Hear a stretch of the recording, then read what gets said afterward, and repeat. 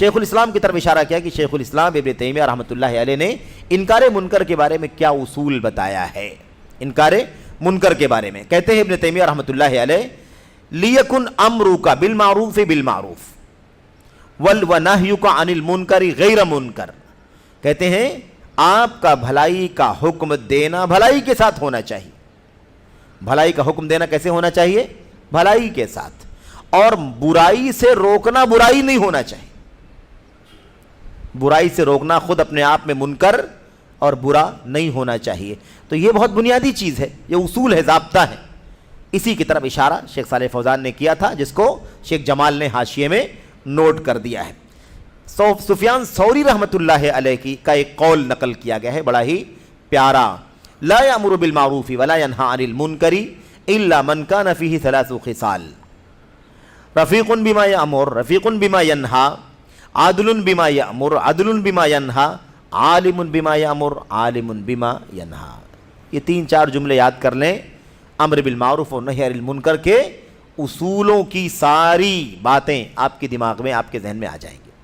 بھلائی کا حکم دینے، یہ ساری باتیں شیخ علامہ ابن تیمیہ رحمۃ اللہ علیہ کی ہیں.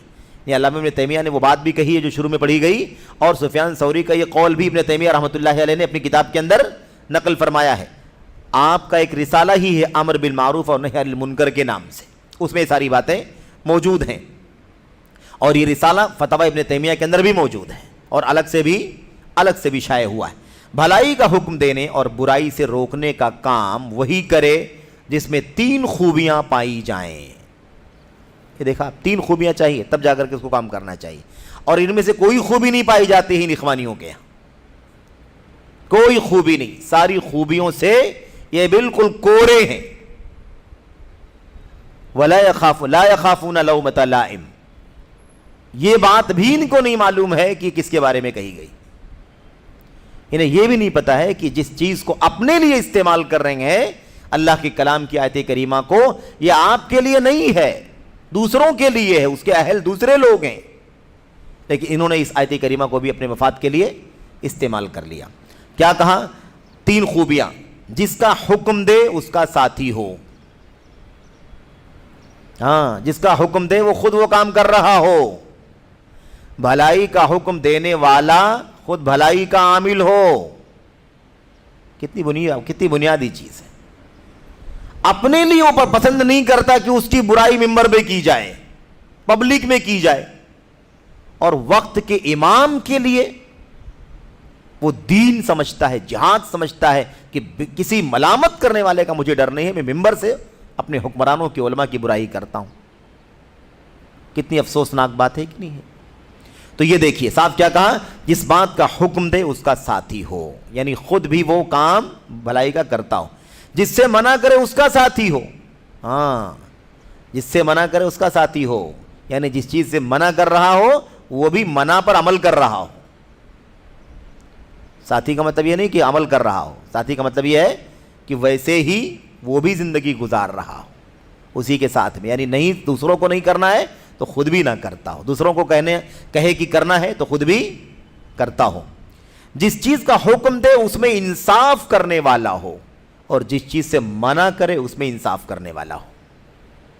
عدل چاہیے. ان اللہ یأمر بالعدل والاحسان. تو بھلائی کا حکم دینے میں بھی اور برائی سے روکنے میں بھی عدل و انصاف کا کام لینا چاہیے. وہی ضابطہ آپ کے لیے ہے، وہی ضابطہ حاکم کے لیے کیوں نہیں ہے؟ کیوں؟ آپ سے کم درجہ ہے اس کا.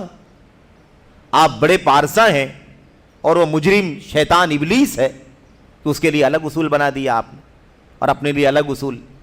آپ کی حیثیت ایک امام کے سامنے کیسی حیثیت؟ ایک رعیہ کے مقابلے میں رائی کا مقام کتنا اونچا ہوتا ہے میرے بھائیو. اس کی بھلائی سے پوری رعایا کی بھلائی ہے، اور اس کے بگڑ جانے سے پوری رعایا کا بگاڑ جڑا ہوا ہے. اس لیے عدل کا دامن نہیں چھوٹنا چاہیے. بھلائی کا حکم دے تو عدل، اور برائی سے روکے تو بھی عدل. دونوں چیزیں، دونوں میں انصاف کرنے والا ہو. جس کا حکم دے اس کا عالم ہو، علم ہونا چاہیے، اور جس چیز سے روکے اس کا بھی اسے علم ہو. تو معلوم ہونا چاہیے کہ کس بات کا حکم دینا ہے، اور معلوم ہونا چاہیے کہ کس بات سے روکنا ہے. علم کے بغیر امر بالمعروف نہیں ہو سکتا، علم کے بغیر نہی عن المنکر نہیں ہو سکتا۔ تو پہلے علم حاصل کر لو، پہلے انصاف والے بن جاؤ، ہے کہ نہیں، اور پہلے بھلائی پر عمل کرنے والے، برائی سے بچنے والے بن جاؤ، پھر اس کے بعد آؤ اصولوں کے ساتھ بھلائی کا حکم دو، برائی سے روکو۔ یہاں پر یہ چند باتیں تھیں جو ختم ہوئی۔ اللہ سے دعا کرتے ہیں کہ اللہ تبارک و تعالی ہمیں اور آپ کو اس آیت کریمہ کا معنی اور اس ٹکڑے کی حقیقت کو سمجھنے کی توفیق عطا فرمائے، اور جو غلط فہمیاں فتنے کے دعات نے عوام میں، نوجوانوں میں پھیلا رکھی ہیں، ان غلطیوں کو بھی ہمیں سمجھنے کی توفیق عطا فرمائے، ان غلط فہمیوں سے اپنے آپ کو بھی بچانے کی اور دوسروں کو بھی ان غلط فہمیوں سے آگاہ کرنے کی توفیق عطا فرمائے۔ آمین رب العالمین، وصلی اللہ وسلم وبارک علی نبینا محمد وعلی آلہ وصحبہ اجمعین۔ والسلام علیکم ورحمۃ اللہ وبرکاتہ۔